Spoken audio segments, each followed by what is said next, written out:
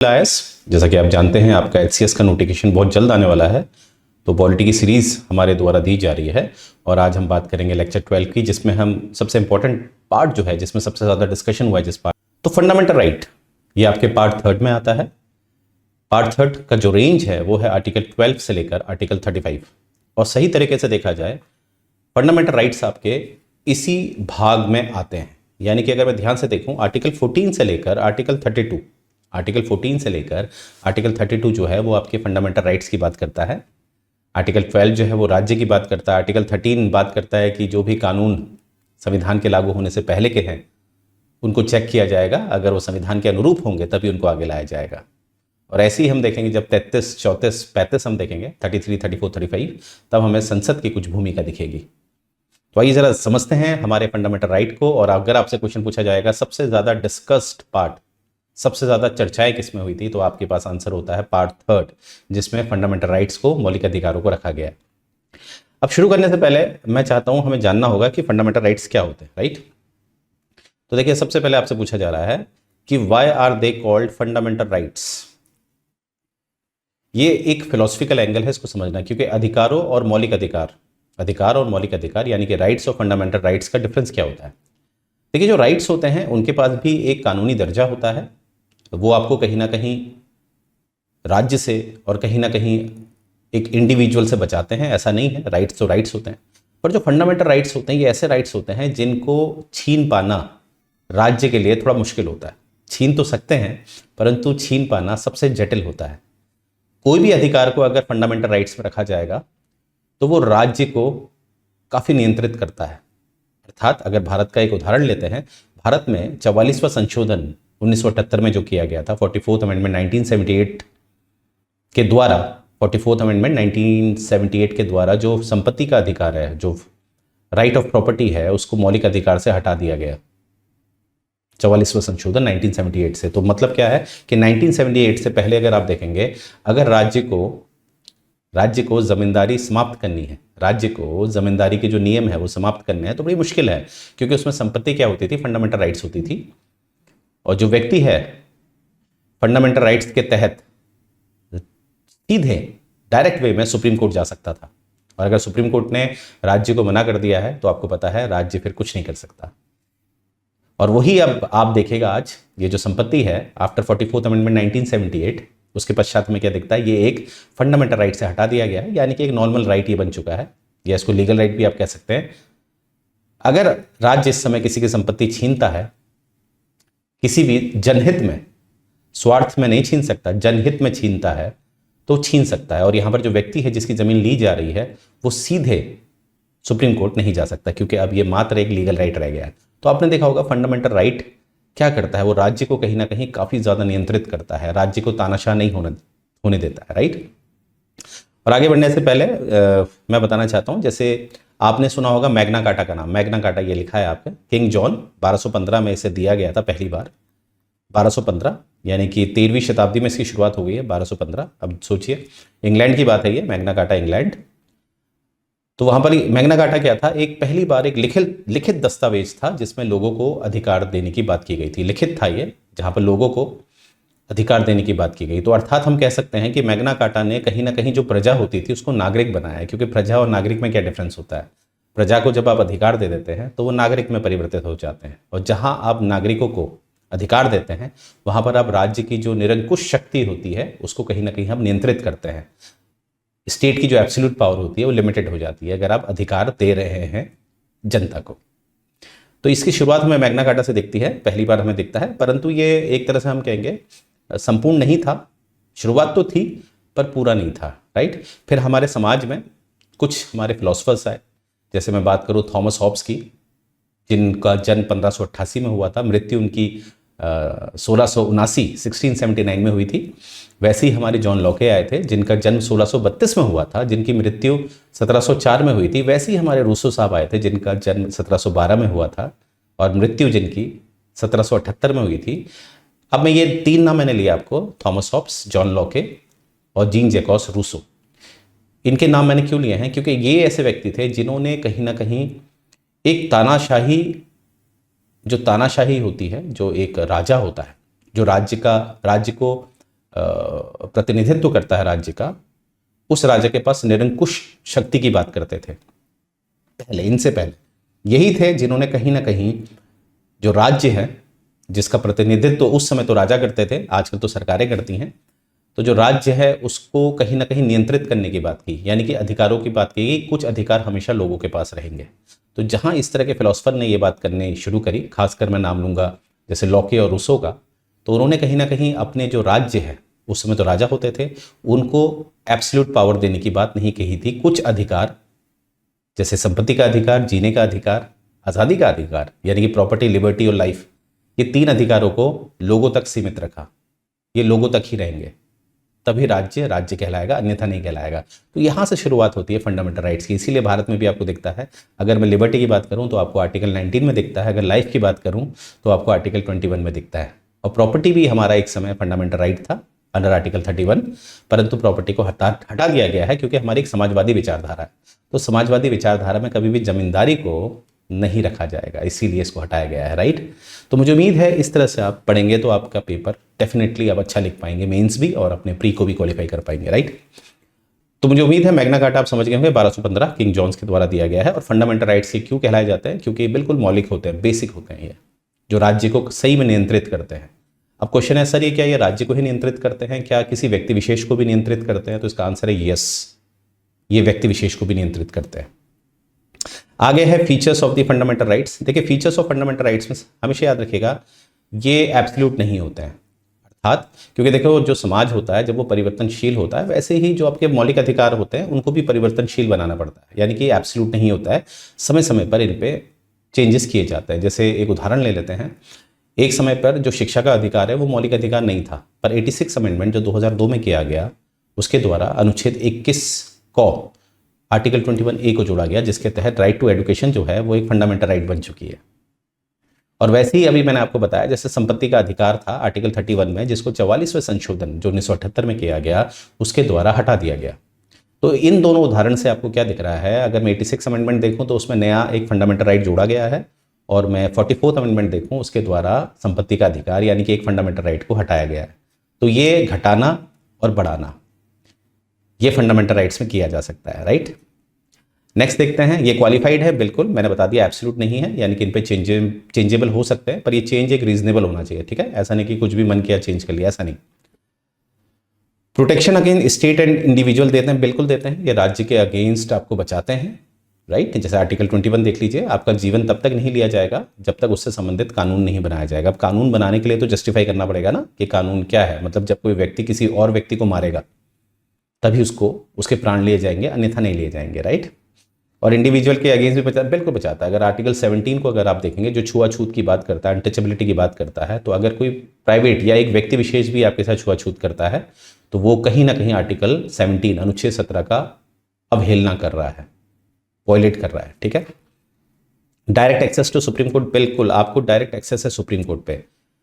देखिए एक केस याद रखिएगा, एक केस है state of UP versus Mohammad Nooh case, मैं लिख देता हूँ, state of UP versus Mohammad Nooh NOOH case, ये है 1958 का, 1958 का केस है, state of UP versus Mohammad Nooh case. ये क्या था, 1958 का केस है। क्या था इसमें, ऑनरेबल सुप्रीम कोर्ट ने पहली बार कहा है कि ऐसा है फंडामेंटल राइट्स के लिए आपने क्या करना है, ऑल दो आर्टिकल 32 में आपको ये शक्ति है कि आप सीधे सुप्रीम कोर्ट आ सकते हैं, पर आपने सबसे पहले क्या करना है, जब भी आपके फंडामेंटल राइट्स का कोई हनन करता है तो आपने पहले हाई कोर्ट जाना चाहिए। प्रोसीजर क्या है, पहले आप हाई कोर्ट जाइए, उसके पश्चात आप सुप्रीम कोर्ट आइए।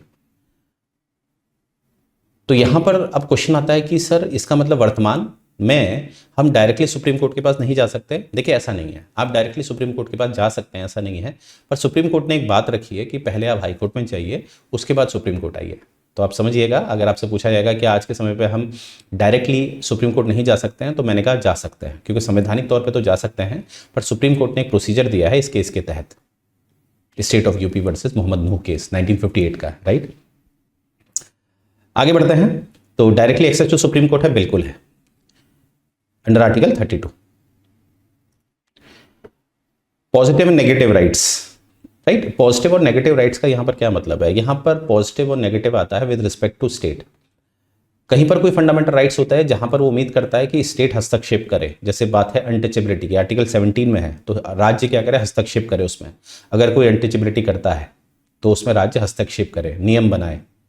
और जो नकारात्मक वे में दिखाया जा रहा है, जैसे अगर मैं बात करूं आर्टिकल 19 की, तो आर्टिकल 19 बात करता है एक तरह से इंडिविजुअल लेवल पे फ्रीडम की बात करता है, तो राज्य उसमें हस्तक्षेप ना करे, तो इस हिसाब से, राइट। आगे देखते हैं, जो आपके फंडामेंटल राइट्स होते हैं, कि आपके जो पॉलिटिकल डेमोक्रेसी होती है उसको कहीं ना कहीं आगे बढ़ाते हैं। जैसे पॉलिटिकल डेमोक्रेसी आपकी होती है जहाँ पर इक्वलिटी बिफोर लॉ होती है, जहाँ पर आपको समानता दी जाती है, जहाँ पर आपको जीने का अधिकार दिया जाता है, जहाँ पर आपको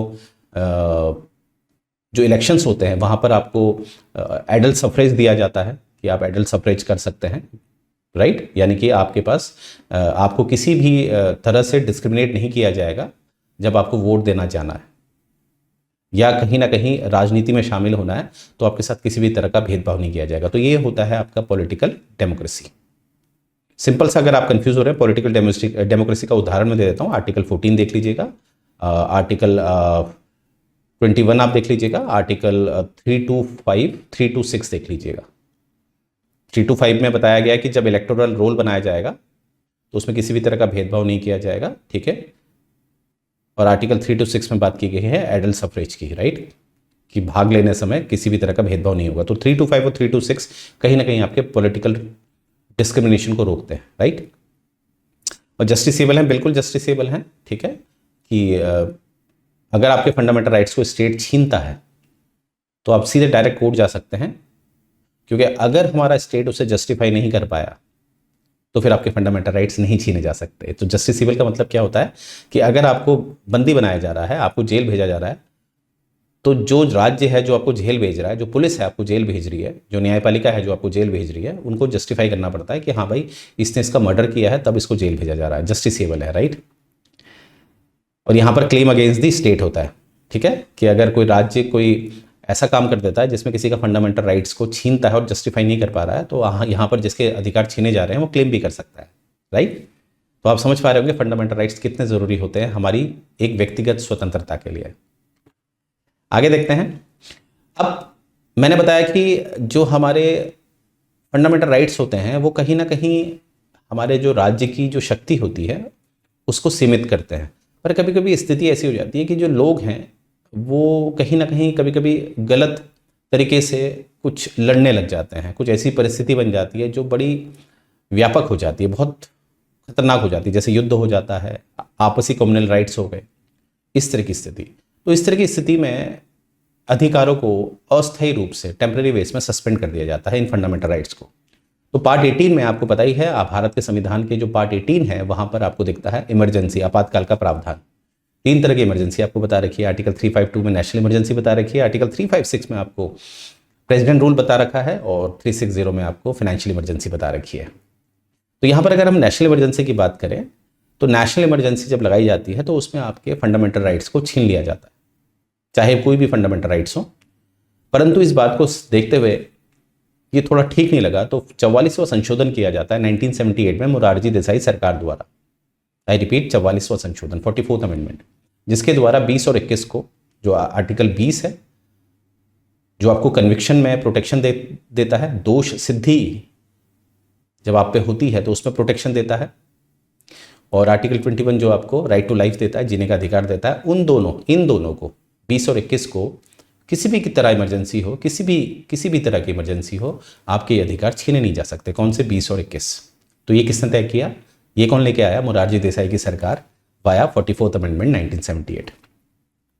अब क्वेश्चन है कि सर इमरजेंसी के दौरान सारे अधिकार छीन लिए जाते हैं फंडामेंटल राइट्स, 20 और 21 नहीं छीने जाते हैं? बिल्कुल सही जवाब। हाँ, ये बात अलग है, अगर मार्शल लॉ लगा दिया जाए, मार्शल लॉ तो आप जानते होंगे, मिलिट्री लॉ, तो वहाँ पर कहीं ना कहीं इसका भी अवहेलना हो जाती है, 20-21 भी छीन लिए जाते हैं आपके जब मार्शल लॉ लग जाता है। इसीलिए मार्शल लॉ को कहीं भी पूरी तरह से परिभाषित नहीं किया गया है, संविधान में तो बिल्कुल नहीं किया गया है कि मार्शल लॉ क्या होगा, कैसे होगा। बस ये बता रखा है कि मार्शल लॉ लगाया जाएगा, और मार्शल लॉ एक मिलिट्री रूल होता है, और आपको पता है मिलिट्री के अपने कानून होते हैं, राइट। आगे बढ़ते हैं। परंतु संवैधानिक तौर पर याद रखिएगा, किसी भी तरह का आपातकाल है, चाहे वो नेशनल इमरजेंसी अंडर आर्टिकल 352 है, उसमें भी आपका 20 और 21 नहीं छीना जाएगा since 1978 because of 44th amendment 1978। आगे देखते हैं, जो 6 राइट्स हैं आपके आर्टिकल 19 में, आपको पता ही होना चाहिए आर्टिकल 19 में आपके 6 अधिकार हैं, पहले तो 7 थे, परंतु जो राइट टू प्रॉपर्टी है वो हटा दिया गया है, तो 6 रह गए हैं। तो वो जो 6 हैं वो कहीं ना कहीं ऑटोमेटिकली सस्पेंड हो जाते हैं इन केस ऑफ वॉर और एक्सटर्नल एग्रेशन। अब इस बात को जरा ध्यान से समझिएगा, मेरी बात मैं क्या कह रहा हूं। देखिए आपका जो 352 है, आर्टिकल 352, उसमें 3 तरीके से, 3 कारणों की वजह से इमरजेंसी लगाई जा सकती है, नेशनल इमरजेंसी लगाई जा सकती है।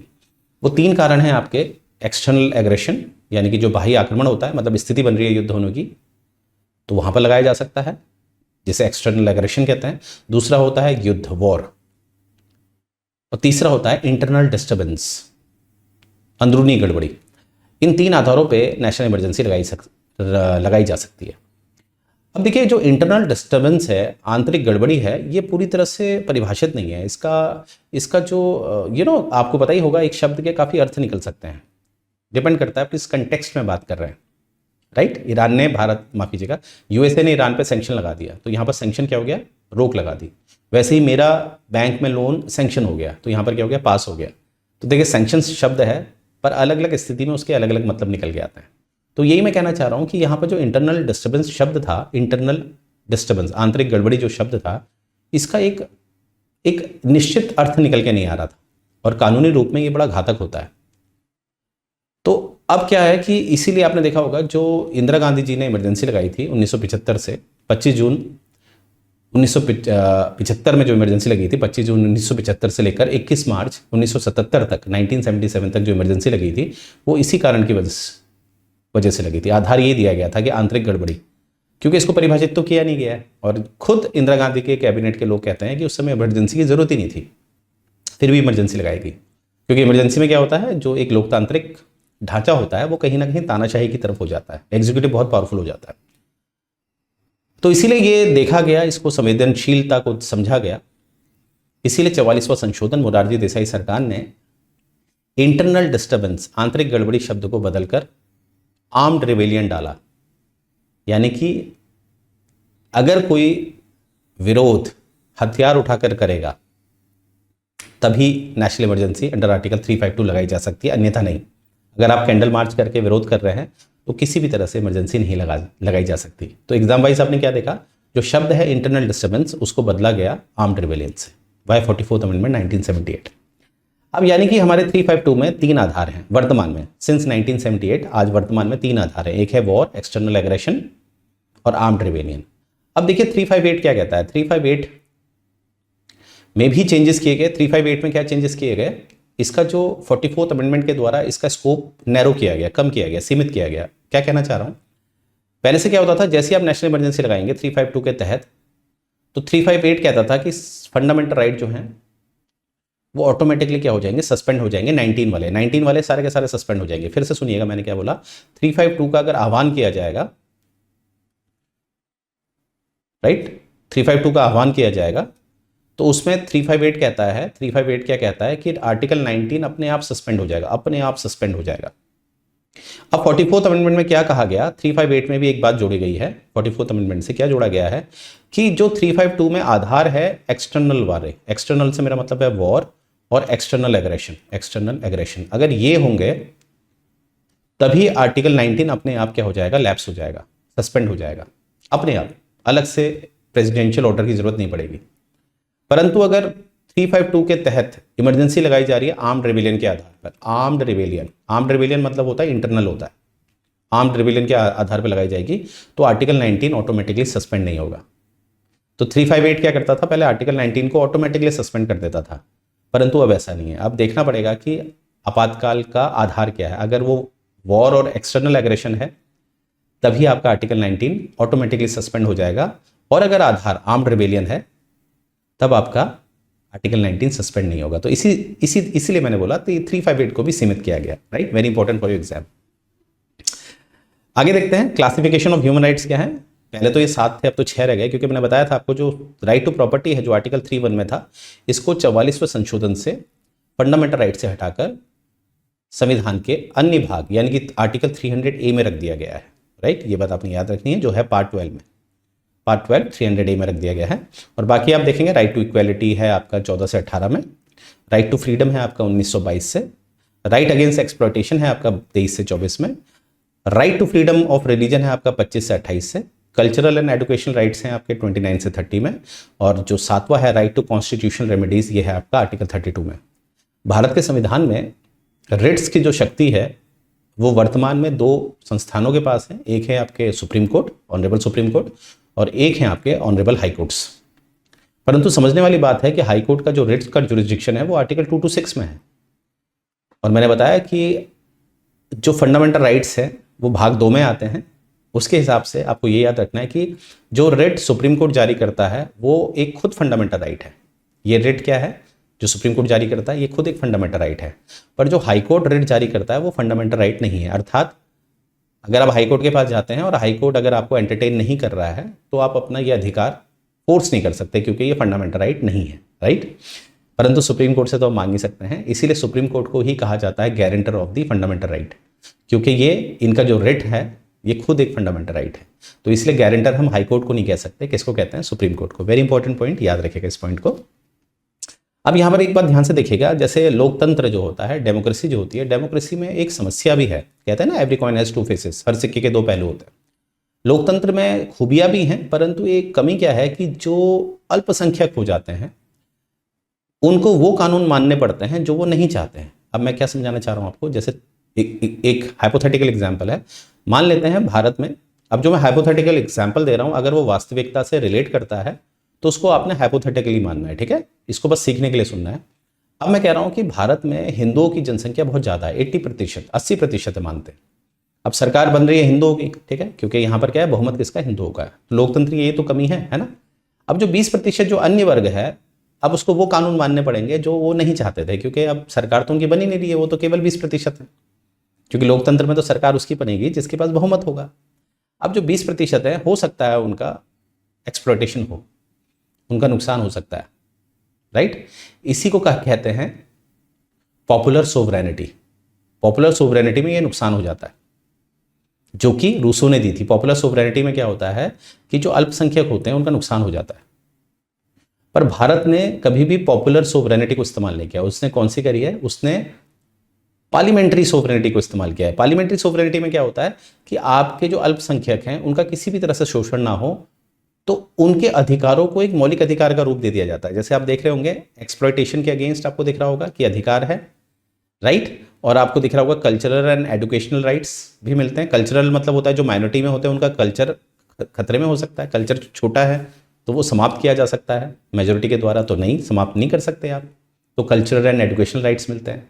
तो इस तरह से आपने देखा होगा कुछ राइट्स हमारे ऐसे होते हैं, जैसे 3-4 को भी दे सकते हैं अब राइट्स, फ्रीडम ऑफ रिलीजन जो होते हैं। तो इस तरह से जो राइट्स प्रिजर्व किए जाते हैं ये कहीं ना कहीं लोकतंत्र में जो लोग अल्पसंख्यक होते हैं उनको भी प्रोटेक्ट करते हैं। तो देखिए क्या खूबसूरती है, राइट, याद रखिएगा। और ये भी याद रखिएगा, मैंने अभी बताया आपको कि जो रूसो है उन्होंने कॉन्सेप्ट दिया था पॉपुलर सोवरेनिटी का, पर भारत ने पॉपुलर सोवरेनिटी को इस्तेमाल नहीं किया है। उसका जो एड ऑन वर्जन है, उसका जो मॉडिफाइड वर्जन है पार्लियामेंट्री सोवरेनिटी, उसका इस्तेमाल किया है। अब आगे देखते हैं, राइट, फंडामेंटल राइट्स अवेलेबिलिटी। अब फंडामेंटल राइट्स प्रीवियस वाली क्लास में जब मैंने आपको नागरिकता पढ़ाया था तो सिटीजन्स और एलियंस समझाए थे आपको, वो आप जरूर देखिएगा वाला लेक्चर। तो देखिए कुछ हमारे फंडामेंटल राइट्स जो होते हैं वो नॉन सिटीजन्स को नहीं दिए जाते हैं।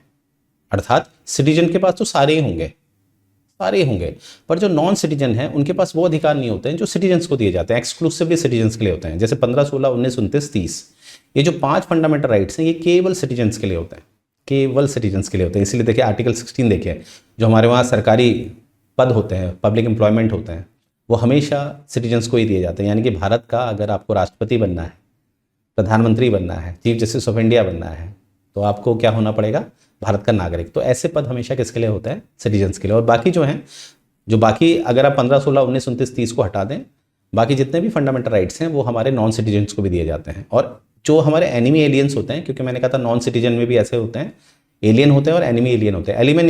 एनिमी एलियन को नहीं दिए जाते हैं। एनिमी एलियन को आपको 14, 20 और 28 नहीं दिया जाता है, इनको ये भी नहीं दिया जाता एनिमी एलियन। और एनिमी एलियन कौन होते हैं, ऐसे देश जिनसे हमारी युद्ध हुआ है या युद्ध होने की आकांक्षा है, विचारों का बहुत मतभेद है, जैसे इंडिया पाकिस्तान, राइट। अब नेक्स्ट टॉपिक हमारा कि अब हम शुरुआत करेंगे आर्टिकल 12 में क्या है। आर्टिकल 12 में है राज्य की परिभाषा, याद रखिएगा। आर्टिकल 12 में क्या है, राज्य की परिभाषा। अब देखिए एक केस है, उसके केस को याद रखना है आपने। ये है आपका जी टेलीफिल्म केस है आपका, जी टेलीफिल्म केस। ये केस है आपका 2005 का। इसके तहत ये उठा था कि बीसीसीआई जो है वो राज्य की सूची में आएगा या नहीं, राज्य के अंतर्गत आएगा नहीं आएगा। तो इसमें ऑनरेबल सुप्रीम कोर्ट ने कहा था, जो जी टेलीफिल्म केस था 2005 का, इसमें ऑनरेबल सुप्रीम कोर्ट ने कहा था कि नहीं आएगा, बीसीसीआई जो है वो राज्य की परिभाषा में नहीं आएगा। परंतु साथ में उन्होंने ये भी बोला था कि जो राज्य है वो एक स्टैटिक कॉन्सेप्ट नहीं है, राज्य की परिभाषा एक स्टैटिक कॉन्सेप्ट नहीं है, ये डायनेमिक है, यानी कि समय समय पर राज्य को परिभाषित किया जाना चाहिए। तो अर्थात अगर आप मुझसे पूछेंगे सर राज्य की एक संपूर्ण पूरी परिभाषा बताइए, तो इसका मेरे पास उत्तर होगा नहीं, ये समय समय पर घटता बढ़ता रहता है, राइट, और बढ़ता ही है, राइट, क्योंकि आपको पता है कि जो हमारी सरकार होती है वो नए नए आयोग लेके आती है, नए नए स्टैच्यूट लेके आते हैं, कानूनी निकाय लेके आती है। तो देखना पड़ता है कि ये राज्य के अंतर्गत आएगा नहीं आएगा, क्योंकि आप अपने मौलिक अधिकार ज़्यादातर राज्य को नियंत्रित करने के लिए रखते हैं ना। चलिए, तो मुझे उम्मीद है ये बात आप समझ पाए होंगे। तो आर्टिकल 12 में देखिए परिभाषित किया है कि राज्य में क्या क्या आएगा। तो गवर्नमेंट्स आएंगी, पार्लियामेंट आएगी, स्टेट गवर्नमेंट्स आएंगी, स्टेट लेजिस्लेचर्स आएंगे, लोकल अथॉरिटीज़ आएंगी, मतलब जो म्यूनिसिपलिटी पंचायत होते हैं, अदर अथॉरिटीज़ आएंगी जैसे एलआईसी होती है, ओएनजीसी होती है, यानी कि जो सरकारी कानूनी निकाय होती हैं, स्टैच्यूट होते हैं, वो सब आएंगे। और सुप्रीम कोर्ट ने ये भी कहा है कि जो प्राइवेट बॉडी है वो भी आएगी अगर वो सरकार का कोई प्रोजेक्ट कर रही है। जैसे आपने याद करिए, जब आधार कार्ड बनाए जा रहे थे तो एचसीएल को ये प्रोजेक्ट दिया गया था, तो उस समय एचसीएल क्या करेगा, एज अ राज्य की भूमिका में काम करेगा। अब यहाँ पर एक प्रश्न निकल के आता है, सर जो हमारी न्यायपालिका होती है क्या वो राज्य के डोमेन में आती है, राज्य की परिभाषा में आती है? तो इसका उत्तर मैं बताता हूँ आपको। न्यायपालिका अगर प्रशासनिक कार्य करेगी तो वो राज्य के परिभाषा में आएगी। प्रशासनिक कार्य मतलब आपको पता ही है, जो न्यायपालिका होती है, चाहे हाई कोर्ट है, सुप्रीम कोर्ट है, अपने स्तर की विज्ञप्तियों खुद लाती है। अगर उसमें कुछ हेरफेर की जा रही है, डिस्क्रिमिनेशन किया जा रहा है, तो वहाँ पर वो राज्य सूची के अंतर्गत आएगी, मतलब राज्य के अंतर्गत आएगी। परंतु अगर वही न्यायपालिका कोई न्याय दे रही है, कोई जजमेंट कर रही है, तो वो न्याय की माफ़ कीजिएगा, राज्य की परिभाषा में नहीं आएगी। तो याद रखेगा न्यायपालिका के बारे में कि राज्य की परिभाषा में कब आती है, जब वो प्रशासनिक तौर पे काम करती है, और जब वो न्याय देने का काम करती है तो वो राज्य की परिभाषा में नहीं आती है। अब देखिए क्या है यहाँ पर, अब हम बात करेंगे आर्टिकल 13 की। देखिए आर्टिकल 13 सिंपल सा है। आर्टिकल 13 क्या करता है, आर्टिकल 13 को आपने आर्टिकल 372 के साथ पढ़ना है, 372 के साथ पढ़ना है, तभी आपको बेहतर समझ में आएगा। तो 372 कहता है, आर्टिकल 372 कहता है कि जो भी पुराने कानून हैं जो भारत के संविधान लागू होने से पहले के थे, वो भारत में संविधान लागू होने के बाद लागू किए जा सकते हैं, और वो तभी लागू होने चाहिए जब वो भारत की जो संविधान की जो एक मर्यादा है, सिद्धांत है, उसके अनुरूप होने चाहिए, उनके अगेंस्ट नहीं होने चाहिए। और आर्टिकल 13 में ये जिम्मेदारी कहीं ना कहीं हमारे न्यायपालिका को दी गई है। जुडिशियल रिव्यू, न्यायिक समीक्षा जो है, वो शब्द पूरी प्रत्यक्ष रूप से तो हमारे संविधान में कहीं नहीं लिखा है, परंतु वो इनडायरेक्ट वे में, इम्प्लिसिट वे में हमें कहाँ दिखाई देता है, आर्टिकल 13 में। क्योंकि आर्टिकल 13 में आपको दो तरह के डॉक्ट्रिन दिखती है। एक डॉक्ट्रिन दो तरह की दिखती है। वो कौन कौन सी, एक लॉ और एक लॉ इनफोर्स, विधि या प्रवर्त विधि। लॉ इनफोर्स वो होते हैं जो पुराने कानून हैं जो हमारे संविधान के लागू होने से पहले के हैं, जो मैंने कहा था 372 कहता है कि पुराने कानूनों को आगे लाया जा सकता है, इसीलिए आपको आरबीआई अधिनियम 1934 दिखाई देता है, राइट। जैसे कि आपको ट्रांसफर ऑफ प्रॉपर्टी एक्ट 1882 दिखाई देता है, ये पुराने हैं ना, 1882, 1934 पुराने हैं ये। तो ये आगे इसलिए आ पा रहे हैं बिकॉज ऑफ आर्टिकल 372, और ये हमारे संविधान के अनुरूप है या नहीं है, ये जिम्मेदारी न्यायपालिका को कहाँ से मिलती है, आर्टिकल 13 से। वो इन कानूनों की समीक्षा करते हैं, अगर किसी भी सेक्शन में या पूरी तरह अगर ये हमारे संविधान के सिद्धांतों के विरुद्ध हैं तो उनको कैंसिल कर दिया जाता है। ये आर्टिकल 13 में है। तो आर्टिकल 13 में क्या है, लॉ इनफोर्स, प्रवर्त विधि, पुरानी विधि जो पहले की है। और लॉ मतलब होता है, विधि मतलब होता है, विधि में ये बताया रखा है कि विधि में कौन कौन आएगा, यानी कि कानून में कौन कौन आएगा। जैसे संवैधानिक नियम आएंगे, जैसे कि संसद द्वारा बनाए गए जो अधिनियम है वो आएंगे, राज्य द्वारा जो अधिनियम बनाए जाते हैं वो आएंगे, जैसे अध्यादेश आएगा, जैसे रूल्स आएंगे, रेगुलेशंस आएंगे, राइट। ये सब किस में आएंगे, लॉ की डेफिनेशन में, राइट। तो यानी कि आर्टिकल 13 को याद रखेगा, ये अप्रत्यक्ष रूप से न्यायपालिका को शक्ति देता है कि वो न्यायिक समीक्षा करे, जुडिशियल रिव्यू करे। हालांकि इसको और उजागर किया गया केशवानंद भारती केस 1973 में। हिस्टोरिकल केस है ये, अभी तक की लार्जेस्ट बेंच है, 13 जजेस थे इसमें। तो इसमें कहीं ना कहीं ये कहा गया है कि जो पार्लियामेंट है, आर्टिकल 368 के द्वारा वो कुछ भी परिवर्तन कर सकती है, संविधान में कुछ भी परिवर्तन कर सकती है, परंतु वो मूल ढांचे को नहीं परिवर्तित कर सकती। बेसिक स्ट्रक्चर यानी कि मूल ढांचे को परिवर्तित नहीं कर सकती, राइट। अब ये एक लड़ाई थी जो कहीं ना कहीं हमें एन गोपालन केस से दिखाई देती है, शुरुआत होती है, वो एक अलग चर्चा है, तो उस पर अलग चर्चा करेंगे, ठीक है। तो यहाँ से हमने क्या देखा, आर्टिकल 13 क्या है, जो कहीं ना कहीं ये जिम्मेदारी न्यायपालिका को देता है कि जो भी कानून है, खासकर जो प्रवर्त विधि है, लॉ इन्फोर्स हैं जो पुराने हैं, 372 के साथ आपने पढ़ना है, वो बिल्कुल हमारे संविधान के अनुरूप होने चाहिए। अब हम बात करेंगे आर्टिकल 14 की। आर्टिकल 14 को अगर आप ध्यान से देखेंगे तो ये बात करता है इक्वलिटी बिफोर लॉ, कानून के समक्ष सभी को समानता।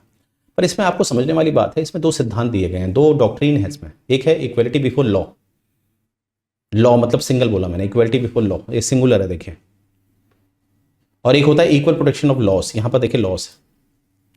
अब इक्वलिटी बिफोर लॉ को हम नेगेटिव बोलते हैं और इक्वल प्रोटेक्शन ऑफ लॉ को हम पॉजिटिव बोलते हैं। अब ये नेगेटिव पॉजिटिव को, इसको गलत मत समझिएगा।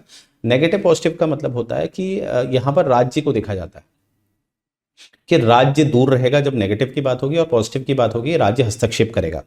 जैसे इमेजिन करिए, बात है आरक्षण की, जो लोग सोशली और एजुकेशनली बैकवर्ड हैं हमारे समाज में, तो राज्य उनको आरक्षण देता है, राज्य उनके लिए खड़ा रहता है, कानून बनाता है, राइट, राज्य उनके लिए रिजर्वेशन देता है, ये सब चीज़ें। तो राज्य यहाँ पर कैसा दिख रहा है आपको, राज्य यहाँ पर एक हस्तक्षेप करते हुए दिख रहा है, तो इसको पॉजिटिव कहते हैं। और नेगेटिव होता है मतलब राज्य जो है इसमें हस्तक्षेप नहीं करेगा, जैसे कानून के समक्ष सभी लोग समान होंगे। अब राज्य ऐसा नहीं करेगा कि भैया ये दलित वर्ग से है तो इसको आरक्षण दे, इसको फांसी ना दे अगर इसने मर्डर किया, ऐसा तो नहीं करेगा ना। तो इसलिए राज्य का इंटरफेरेंस होता है नेगेटिव पॉजिटिव का, ठीक है। तो इक्वलिटी बिफोर लॉ में क्या होता है, यहां पर राज्य किसी भी तरह का कोई स्पेशल प्रिविलेजेस नहीं देंगे, ठीक है। Equal subjection to ordinary laws, no one is above law, यानी कि यहाँ पर क्या होगा कि अगर मर्डर चाहे रिजर्व कैटेगरी वाले व्यक्ति ने करा है, चाहे वो जनरल कैटेगरी वाले व्यक्ति ने करा है, उसमें कोई भी स्पेशल प्रिविलेजेस राज्य नहीं देगा, तो राज्य इसमें हस्तक्षेप नहीं करेगा, कानून के समक्ष सब बराबर होने चाहिए। और इक्वल प्रोटेक्शन ऑफ लॉज में क्या होता है कि लॉज में आपने देखा होगा बहुत सारे लॉज बनाए जाते हैं, चाहे वो केंद्र स्तर से बनाए जा रहे हैं, चाहे वो राज्य स्तर से बनाए जा रहे हैं, चाहे वो हमारी पार्लियामेंट, आज माफ कीजिएगा, चाहे हमारी पंचायतें, म्यूनिसिपलिटी, उनके पास भी आजकल अधिकार है, वो कुछ अपने लेवल पे कानून बना लेते हैं, बाई लॉज कहते हैं जिनको। तो वो अगर इस तरह से संरक्षण दे रहे हैं, एक प्रिविलेजेस दे रहे हैं, तो वो बना सकते हैं, उन सभी के साथ भेदभाव नहीं किया जाएगा, सभी लॉज को इक्वल प्रोटेक्शन दी जाएगी, राइट, सभी लॉज को इक्वल प्रोटेक्शन दी जाएगी। तो आप समझ पाए होंगे इसका क्या मतलब है, ठीक है। अब देखिए एक चीज और याद रखिएगा, यहां पर देखिए एक हमारे एवी डाइसी साहब हैं, उन्होंने रूल ऑफ लॉ दिया था। रूल ऑफ लॉ में इन्होंने 3 सिद्धांत दिए थे। देखो रूल ऑफ लॉ का मतलब ये क्या हुआ कि कानून का शासन होना चाहिए, अर्थात कोई भी डिक्टेटरशिप, कोई भी तानाशाही नहीं होनी चाहिए, कोई भी निरंकुश शक्ति नहीं होनी चाहिए। तो एवी डाइसी ने 3 सिद्धांत दिए थे। एक पहला उन्होंने दिया था रूल ऑफ लॉ होना चाहिए। क्या भारत में रूल ऑफ लॉ है? बिल्कुल है, तभी तो हम कहते हैं सर्वोपरि संविधान। हमारे वहाँ आपने देखा होगा कि सर्वोच्च न्यायालय जो कह देता है, चाहे वो केंद्र सरकार है चाहे वो राज्य सरकार है, उसको मानती है, इसीलिए हम सर्वोच्च न्यायालय के आगे माननीय लगाते, ऑनरेबल। तो रूल ऑफ लॉ तो है हमारे वहां, राइट। इवन हमारे आर्टिकल 21 में आप देख लीजिए क्या लिखा हुआ है, right to life and personal liberty except procedure establish by law, यानी कि आपका जीवन, आपकी लिबर्टी छीनी जा सकती है अगर उससे संबंधित कानून है, राइट। जैसे कि सेक्शन 64 देखते हैं बीएनएस का, भारतीय न्याय संहिता का अगर आप सेक्शन 64 देखते हैं, तो अगर कोई व्यक्ति किसी का रेप करता है तो उस व्यक्ति को 20 साल का सजा दिया जा सकता है, 20 साल की, तो उसकी लिबर्टी जो है वो छीनी जाएगी, 20 साल तक उसे जेल में रख देंगे, क्योंकि उसने कुछ ना कुछ अपराध किया है। तो कानून से ऊपर कुछ नहीं है, वो ऐसा नहीं कहेगा मेरी लाइफ है, ऊपर वाले ने मुझे लाइफ दी है, राज्य ने थोड़ी ना दी है लाइफ, तो राज्य मेरी लाइफ कैसे ले सकता है? लाइफ तो मुझे ऊपर वाले ने दी है, कुदरत ने दी है, तो ऐसा नहीं हो सकता, राइट, क्योंकि रूल ऑफ लॉ। दूसरा उन्होंने दिया था equality before law. Equality before law वो भी हमारे भारत में दिखाई देता है आर्टिकल 14 में, कि कानून के समक्ष सब समान होंगे। यहाँ पर राज्य एक नेगेटिव हो जाएगा, राज्य बीच में हस्तक्षेप नहीं करेगा। ऐसा नहीं कि भैया कोई दलित वर्ग का व्यक्ति है, उसने रेप कर रखा है या मर्डर कर रखा है तो उसको छोड़ दो, ऐसा नहीं करेगा। तो ये भी हमारे में दिखाई देता है। और तीसरा जो हमारा एवी डाइसी बताता है, वो बताता है प्रीडोमिनेंस ऑफ लीगल स्पिरिट। इसका क्या मतलब होता है, यहाँ पर इसका तात्पर्य था कि जो क्योंकि समाज में ज़्यादा संवेदनशील होती है न्यायपालिका, न्यायपालिका हर मुद्दे को देखती है और न्यायपालिका ही डिसाइड करेगी क्या क्या अधिकार दिए जाएंगे समय समय पर। परंतु भारत में ऐसा नहीं है। भारत में आपको पता है जो भारत में लोगों को अधिकार दिए जाते हैं वो संविधान में लिखे गए हैं, और हमारे वहाँ जो न्यायपालिका उसका ये कर्तव्य है कि उन अधिकारों को प्रोटेक्ट करे। तो ये जो नियम है प्रीडोमिनेंस ऑफ लीगल स्पिरिट, वो हमारे भारत में लागू नहीं होती है, क्योंकि प्रीडोमिनेंस ऑफ लीगल स्पिरिट किसको ज़्यादा शक्तिशाली बनाती है? न्यायपालिका को, और अधिकार न्यायपालिका से ही आएंगे समय समय पर वो भारत में नहीं होता। भारत में अधिकार कहाँ है? संविधान में। तो ये बात याद रखेगा। रूल ऑफ लॉ जो एविडाइसी का दिया गया है, उसमें जो 3 सिद्धांत उन्होंने दिए हैं, उसमें से 2 ही सिद्धांत हमारे भारत में लागू होते हैं। जो तीसरा है प्रीडोमिनेंस ऑफ लीगल स्पिरिट, वो लागू नहीं होता है। Very important point. आगे देखते हैं आर्टिकल 14 जो है उसका भी एक्सेप्शन है। देखिए क्या क्या एक्सेप्शन है। आर्टिकल 361 आपको पता है, राष्ट्रपति और जो गवर्नर है उन पे कोई भी क्रिमिनल और सिविल प्रोसीडिंग नहीं चलेगी, उनके पद में नहीं चलेगी। अर्थात पहले उनके लिए महाभियोग चलाना पड़ेगा, उनको उनके पद से निकाला जाएगा। जैसे राष्ट्रपति के लिए तो महाभियोग चलाना पड़ेगा, तब जाकर उन पे जो क्रिमिनल प्रोसीडिंग है, सिविल प्रोसीडिंग है, वो चलाई जा सकती है। अगर ये पद में है तो नहीं चलाई जा सकती, राइट। और 361 जो है ये 44वें संशोधन से आया था 1978 में। इसमें ये कहा गया था कि जैसे 361 में जो भी पब्लिकेशन होता है पार्लियामेंट में, जो भी पर्सन पब्लिकेशन करता है पार्लियामेंट में, जो भी हो रहा है, अब चाहे उसमें अच्छा हो रहा गलत हो रहा, पर वो सत्य होना चाहिए। तो अगर उसका पब्लिकेशन वो बाहर करता है तो उसको किसी भी तरह से उस पर कोई भी सिविल प्रोसीजर नहीं लगाया जाएगा उस व्यक्ति पे। अब बस शर्त है कि उसने जो डेटा लाया है उसके साथ कोई मैनिपुलेशंस ना करी हो, माल प्रैक्टिस ना करी हो डेटा में, ठीक है। अगर वो पब्लिकेशन कर रहा है कि आज लोकसभा में ये बहस हुई, लोकसभा में ये कहा गया, इस व्यक्ति ने ऐसी बात बोली, इस व्यक्ति ने शहीद भगत सिंह के बारे में गलत बोला, जैसे दिल्ली में आपको देखा ही होगा आपने, दिल्ली में शहीद भगत सिंह पे चल रहा है कि ऐसा नहीं बोलना था हमारी वहाँ की तत्कालीन मुख्यमंत्री जी द्वारा। तो ये अगर सत्य में हुआ है, अंदर हुआ है और वो प्रकाशित किया जा रहा है, तो उस व्यक्ति पे कोई भी किसी भी तरह का केस नहीं चलेगा, उसको छूट मिलेगी, राइट। तो ये है 361A 44th अमेंडमेंट से जुड़ा गया है। पार्लियामेंट्री प्रिविलेजेस में आपको पता है जो हमारे 105 है, यहाँ पर MP होते हैं, और 194 में हमारे MLA होते हैं, ठीक है। MP और MLA आपको पता है क्योंकि अंदर वो कभी कभी सरकार पे काफ़ी आलोचनाएं करते हैं, कुछ ऐसी कटाश बोलते हैं जो नहीं बोलना चाहिए, पर वहाँ पर बोला जाता है क्योंकि तभी सत्य बाहर आएगा। तो उन पे भी किसी भी तरह का डिफेमेशन, सिविल रॉन्ग्स नहीं लगाए जाएंगे, ठीक। 31C में देखिए, 31C जो है, 31C में क्या है आपको पता है? 31C बेसिकली करता क्या है? 31C 39B, आर्टिकल 39B और आर्टिकल 39C को लागू करते समय आर्टिकल 14 और आर्टिकल 19 को बाईपास कर सकता है। मैं यहाँ पे लिख देता हूँ। देखिए आर्टिकल 31C जो है वो क्या करता है? 39B और C को लागू करने के लिए आर्टिकल 14 और आर्टिकल 19 का बाईपास किया जा सकता है। देखो यहाँ पर बाईपास किसका हो रहा है? फंडामेंटल राइट्स का। 14 का देखो बाईपास हो रहा नहीं हो रहा, क्योंकि 39B बात करता है, वो कहीं ना कहीं पूंजीवाद को बचाने की बात करता है कि जो एक्यूमुलेशन ऑफ वेल्थ होता है उसको रोकता है वो। 39B पूंजीवाद को बचाता है, और C जो करता है वो डिस्ट्रीब्यूशन कर देता है, यानी कि समाजवाद को आगे लाता है। तो पूंजीवाद को रोकना, समाजवाद को आगे लाना, ये 39B और C करते हैं। तो यहाँ पर 31C क्या करता है? 39B और C को लाने के लिए 14 और 19 को बाईपास कर सकता है। तो यहाँ पर देखिए आर्टिकल 14 को बाईपास किया जा रहा है, राइट। तो ये है एक्सेप्शन आपके आर्टिकल 14 के, क्योंकि कानून के समक्ष जो है समानता को बाईपास किया जा रहा है, ठीक है। तो ये चीज़ याद रखिएगा। अब मैं आ रहा हूँ आर्टिकल 15 में। आर्टिकल 15 बात करता है कि सामाजिक स्तर पे किसी भी तरह से भेदभाव नहीं होगा। रिलीजन, रेस, कास्ट, सेक्स और प्लेस ऑफ बर्थ, ये 5 आधार दिए गए हैं, पर साथ साथ में शब्द ओनली भी लगाया गया है, केवल। यानी कि इसके अलावा अगर आप कोई और पॉइंट जोड़ देते हो तो राज्य भेदभाव कर सकता है। अर्थात अब इसको समझाने का तरीका मेरे पास एक उदाहरण है। जैसे आपको पता है कि बात होती है जब केयरिंग की, तो वहाँ पर पुरुष से ज़्यादा महिलाएं जो होती हैं वो केयरफुल मानी जाती हैं।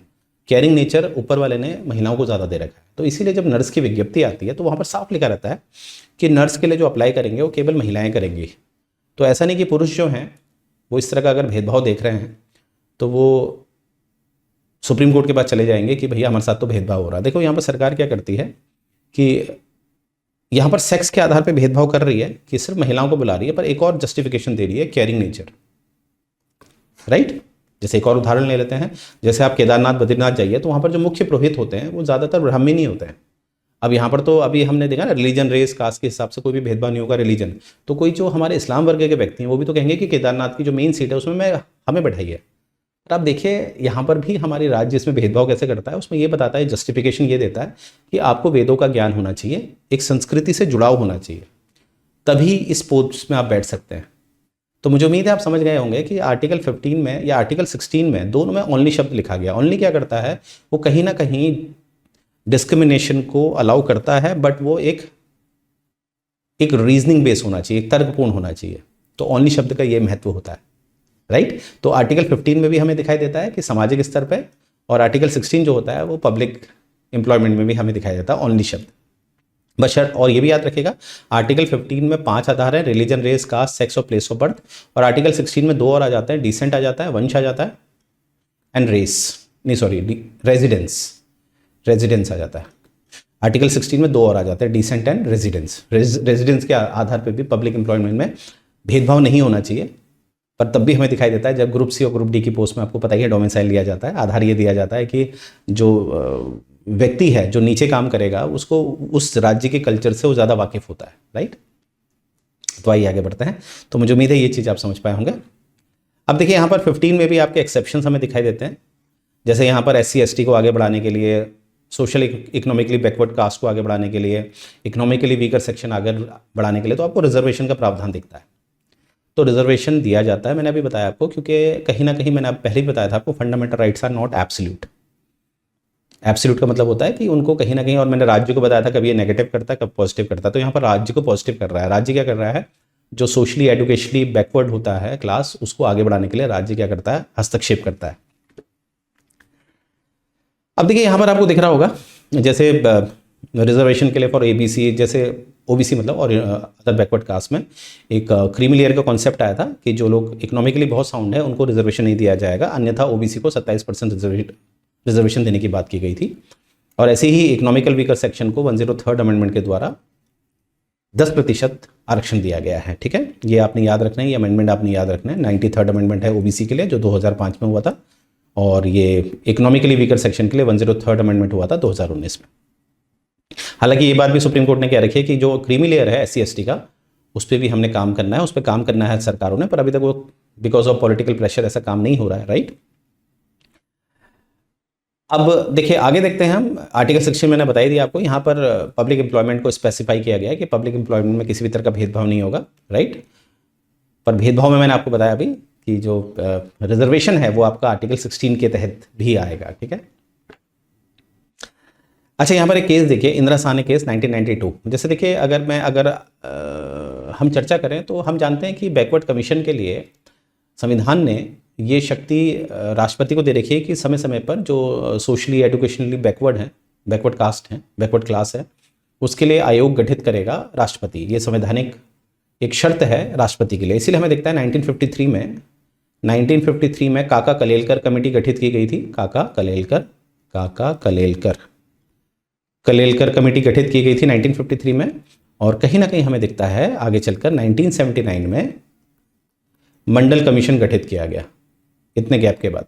मंडल कमीशन ने जो अपनी रिपोर्ट दी थी, तो उस रिपोर्ट के कारण काफ़ी विवाद हुआ था, इसीलिए केस पहुंच गया 1992 का, जिसे हम इंदिरा साहनी केस कहते हैं, या इसको कभी कभी मंडल केस भी कह देते हैं, क्योंकि आधार तो है मंडल कमीशन।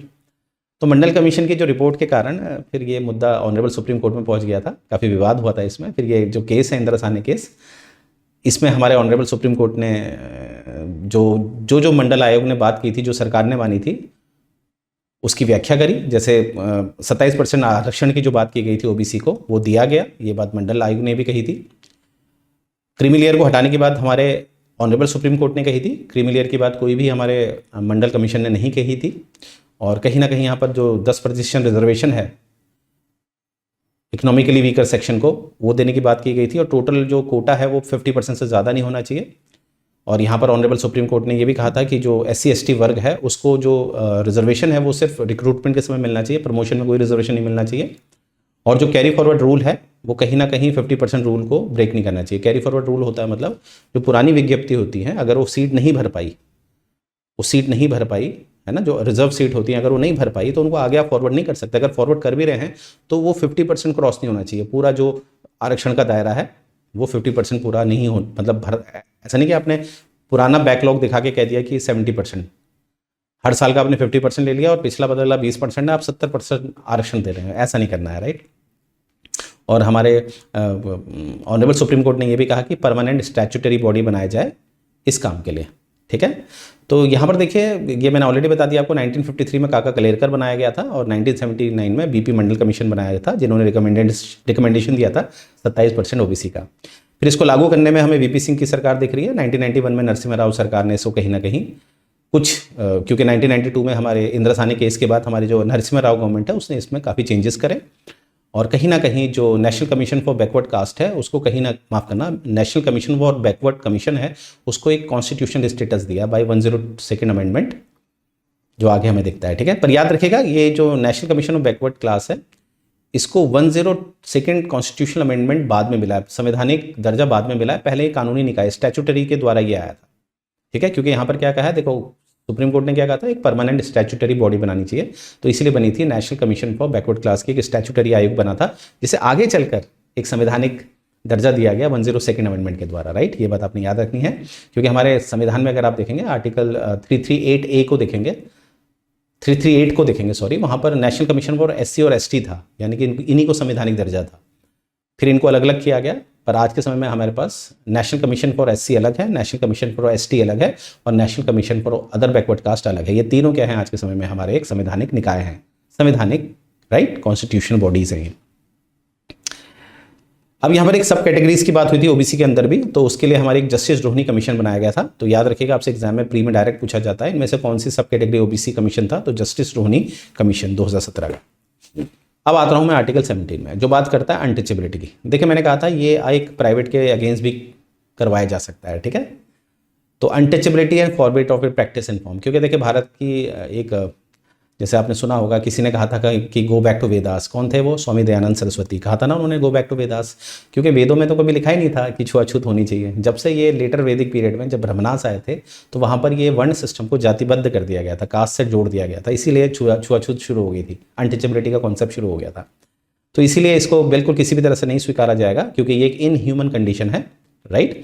और कहीं ना कहीं यहाँ पर देखिए इसी से संबंधित एक एक्ट पास किया गया है, protection of civil rights act 1955, क्योंकि जो हमारे आर्टिकल्स होते हैं उसमें पूरी तरह से दंड का प्रावधान तो नहीं होता है ना, वो तो बस कहीं ना कहीं रोकता है राज्य को, ऐसी बिल्कुल हरकत नहीं होनी चाहिए, परंतु दंड का प्रावधान के लिए हमें संबंधित क्या जोड़ना पड़ता है, एक्ट, तो इससे रिलेटेड एक्ट है देखिए।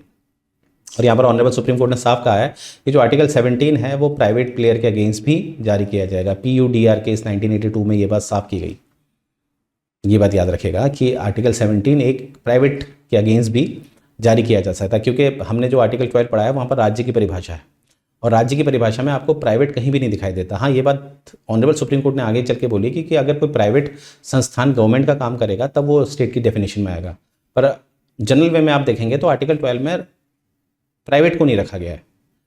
तो इसीलिए यहाँ पर ये PUDR केस में साफ कहा गया कि आर्टिकल 17 जो है वो राज्य के अलावा प्राइवेट में भी जारी किया जा सकता है, ये बात याद रखना है।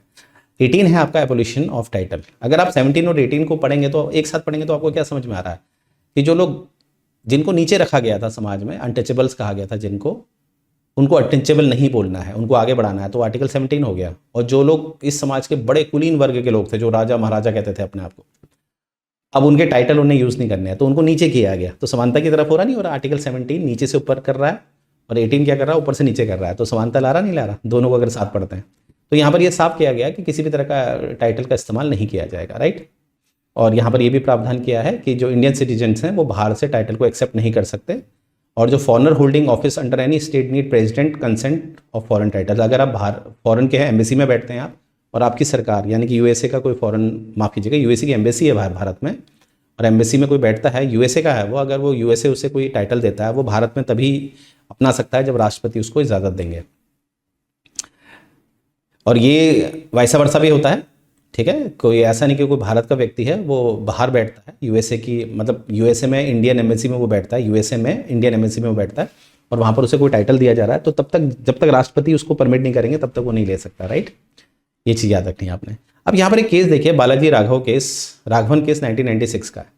ये बड़ा इंपॉर्टेंट केस है। इसमें क्या हुआ था कि बात हुई थी वो भारत रत्न वाले केस की, भारत रत्न, पद्म विभूषण, पद्म भूषण और पद्मश्री। ये ऊपर की 4 क्रोनोलॉजी मैंने बताई आपको। सबसे पहले भारत रत्न, पद्म विभूषण, पद्म भूषण और पद्मश्री, क्या इनको ग्रहण किया जा सकता है और या नहीं, तो ये मुद्दा निकला था। तो 1996 में ऑनरेबल सुप्रीम कोर्ट ने कहा कि हाँ बिल्कुल ले सकते हैं, क्योंकि ये कहीं ना कहीं हेरिडिटरी टाइटल नहीं है, ये टाइटल ऑन दी मेरिट है, ठीक है।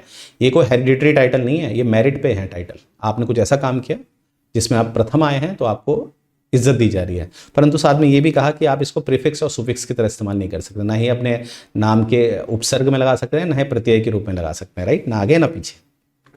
तो याद रखेंगे केस का नाम क्या है, बालाजी केस 1996। आगे देखते हैं। अब आगे आपका personal liberty, this is very important, right. क्योंकि मैंने बार बार कहा आपको, जैसे अगर मैं बात लॉके की भी करूँ, लॉके ने भी कहा था कि 3 जो अधिकार हैं, प्रॉपर्टी, लाइफ और लिबर्टी, ये हमेशा लोगों के पास रहेगी। जिस दिन राज्य ये अधिकार आपके छीनेगा तो आप राज्य के अगेंस्ट रिवॉल्यूशन कर सकते हैं, हथियार भी उठा सकते हैं। तो ये बात कही थी जॉन लॉके ने, जिनका जन्म हुआ था 1632 में। तो देखिए इसीलिए हमारा जो लिबर्टी होता है वो आपके कहाँ दिया गया, आर्टिकल 19 में।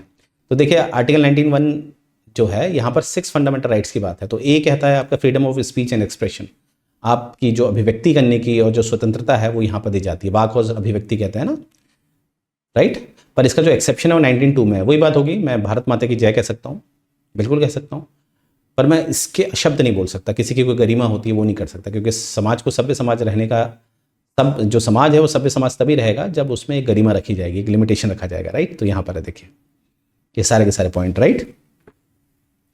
बी का देखिए, फ्रीडम ऑफ असेंबली। देखिए लोकतंत्र की खूबसूरती है कि आप असेंबल हो सकते हैं, वरना लोकतंत्र की क्या है ना, एक साथ आप सरकार के विरुद्ध आलोचनाएं कर सकते हैं, एक साथ खड़ा हो सकते हैं, राइट। पर शर्त है विदाउट आर्म्स होना चाहिए, राइट। ऐसा नहीं कि आपने हथियार उठा रखा है, ऐसा नहीं हो सकता। तो ये आपको अधिकार है, बिल्कुल अधिकार है, 19(1) बी में ये बताया गया है, ठीक है। और इसके जो रेस्ट्रिक्शंस हैं वो आपका होता है, जैसे आपका सीआरपीसी का धारा 144 होती है, धारा 141 होती है, जिसमें 5 और 5 से ज़्यादा लोग एक साथ खड़े नहीं हो सकते जब भी बात लॉ एंड ऑर्डर की होती है, राइट। तो वो इसका अपवाद है। सी में देखिए फ्रीडम ऑफ एसोसिएशन, जैसे कोई भी काम आपने करना है तो एसोसिएशन के द्वारा करना है, राइट। आपने अगर कोई राजनीतिक दल बनना है तो उसकी शुरुआत भी तो एक एसोसिएशन से होती है, कोऑपरेटिव सोसाइटी बनानी है, उसकी भी तो शुरुआत एक एसोसिएशन से होती है। तो ये जो एसोसिएशन है ये हमारा एक सी में आता है। और याद रखिएगा 97th अमेंडमेंट जो 2011 में हुआ था, उसमें कोऑपरेटिव सोसाइटी भी इसमें जोड़ दिया गया है। तो आज के समय में कोऑपरेटिव सोसाइटी भी हमारा एक फंडामेंटल राइट है under article 19(1) sub clause C. D में देखिए फ्रीडम ऑफ मूवमेंट, आप कहीं भी भारत के किसी भी हिस्से में जा सकते हैं, कोई आपको रोक नहीं सकता। हाँ, एक ही सूरत में रोक सकते हैं, जब बात होगी पब्लिक इंटरेस्ट की। जब याद करिए कोरोना काल था तो आपको घर में रहना पड़ा था, क्योंकि बात थी पब्लिक इंटरेस्ट की, महामारी फैल रही थी, तो इसलिए रोका जा सकता है। फ्रीडम ऑफ रेजिडेंस में आता है कि आप कहीं भी रह भी सकते हैं, रिजाइड भी कर सकते हैं और सेटल भी हो सकते हैं, कहीं भी आप ज़मीन भी ले सकते हैं। हालांकि इसमें रेस्ट्रिक्शंस हैं, जैसे कि ट्राइबल एरियाज़ होते हैं, वहाँ का अपना कल्चर होता है, वहाँ नहीं जाने देते हैं आपको। जैसे जानवरों के लिए प्रोटेक्शन के लिए होता है, जैसे नेशनल पार्क होते हैं, सेंचुरीज़ होती हैं, तो वहाँ पर भी आपको रोका जाता है, क्योंकि वहाँ पर है ना जीव जंतु की सुरक्षा के लिए होता है सारा कार्य, क्योंकि फूड साइकिल के लिए आपको कहीं ना कहीं इंसान के साथ अदर स्पीसीज़ भी चाहिए, राइट। एफ जो है वो एफ हटा दिया गया है। एफ क्या था आपका, राइट टू प्रॉपर्टी था, तो 44th अमेंडमेंट से उसको हटा दिया गया है, राइट। और जी जो है आपका वो फ्रीडम ऑफ प्रोफेशन है, आप कोई भी प्रोफेशन अपना सकते हैं, राइट। पर इसका ये मतलब नहीं है कि मैं कोई भी प्रोफेशन अपना सकता हूँ और मैंने कल से अपने आपको डॉक्टर कह दिया, मैं डॉक्टर हूँ, ऐसा नहीं। उसके लिए आपको एक प्रोटोकॉल होता है, डिग्री चाहिए होती है, प्रैक्टिस चाहिए होती है, इंटर्नशिप चाहिए होती है, राइट। अब आर्टिकल 20 क्या है, ये बात करता है कन्विक्शन फॉर ऑफेंसेस। जैसे आपको पता है कि एक होता है एक्यूज करना, एक्यूजेशन होता है, यानी कि आप पे चार्ज लगाए जा रहे हैं, उसके बाद ट्रायल होता है, ट्रायल के बाद आपको दोष सिद्धि हो जाती है। न्यायपालिका क्या करती है, आपको कन्विक्ट कर देती है, दोष आपका सिद्ध हो गया आफ्टर ट्रायल।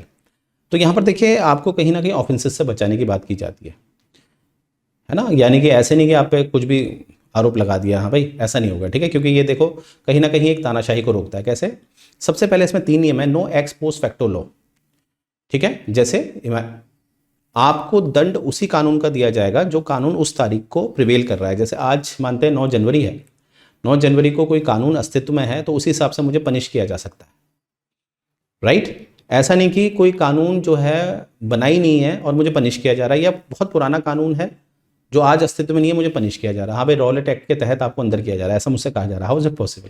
तो ये बात याद रखेगा, retrospective criminal, no retrospective criminal penalty, ठीक है, उसी समय वो लॉ प्रिवेल होना चाहिए। दूसरा है नो डबल जेओपार्डी। इसका मतलब है अगर मान लीजिए किसी व्यक्ति ने चोरी करी है या किसी को धोखाधड़ी करी है, उस पर 420 लगी है, 420 के तहत उसने 6 महीने का सज़ा पा ली है। अब ऐसा नहीं कि वो 6 महीने की सज़ा पा के आ गया है, पा ली है उसने 6 महीने की सज़ा, फिर उसको बुलाया जा रहा कि तुम्हें फिर 6 महीने के लिए और हम डाल रहे हैं, ऐसा नहीं। नो डबल जेओपार्डी, एक अपराध की एक ही सज़ा होगी।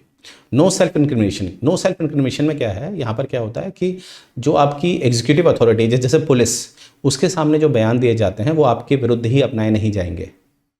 क्योंकि कभी कभी होता है जो एग्जीक्यूटिव होता है, क्योंकि हमारा सिस्टम ही ऐसा है जिसमें एग्जीक्यूटिव इन्फ्लुएंस हो जाता है पॉलिटिक्स से, राइट। जैसे पुलिस वाले किसी को मार मार के इन्फ्लुएंस हो गए, किसी नेता से मार मार के किसी गरीब से कह दिया कि भाई तू कबूल कर वरना तुझे मार दिया जाएगा यहाँ पर, तो वहाँ पर फिर वो बेचारे गरीब किसान ने एक्सेप्ट कर लिया कि हाँ भाई मैंने ही मारा था, ठीक है, तो यहाँ पर यह है कि खुद की गवाही आपके अगेंस्ट काम नहीं कर सकती। ठीक है, चाहे पुलिस वाले रिकॉर्ड में ले लेते हैं, पर वहाँ पर कहीं ना कहीं उसको क्रॉस चेक किया जाता है न्यायपालिका के द्वारा। तो ये बात याद रखेगा। ये किस में है आपका? आर्टिकल 20 में। और आर्टिकल 21 क्या है आपका? Protection of life and personal liberty. इसमें क्या होता है कि आपका देखिए यहाँ पर दो बातें आपको दिखाई देती हैं, प्रोटेक्शन ऑफ लाइफ भी दिखाई देता है, पर्सनल लिबर्टी भी दिखाई जाता है, कि केवल लाइफ ही प्रोटेक्ट नहीं की जाएगी, पर्सनल लिबर्टी भी आपकी प्रोटेक्ट की जाएगी। देखिए लाइफ तो जानवर के पास भी होती है ना, कभी आप रोड में जाते हैं, आपने देखा होगा कुछ लोग अपने डॉग्स यानी कि कुत्तों को घुमाते हैं वो चेन में लेकर। कभी आपने देखा कि किसी इंसान को चेन में लेकर घुमा रहे हैं? ऐसा नहीं हो सकता, क्योंकि इंसान की जो लाइफ होती है वो केवल लाइफ ही नहीं होती है, वो डिग्निफाइड भी होती है, उसमें डिग्निटी होता है, उसमें स्वाभिमान होता है, राइट। ये सब चीज़ें हैं। अब आप देखेंगे यहाँ पर एक केस बड़ा इंपॉर्टेंट केस है, जिसे मैं कहूँगा मनिका गांधी केस। गोपालन केस और मनिका गांधी को साथ पढ़ते हैं। गोपालन केस में क्या कहा गया था?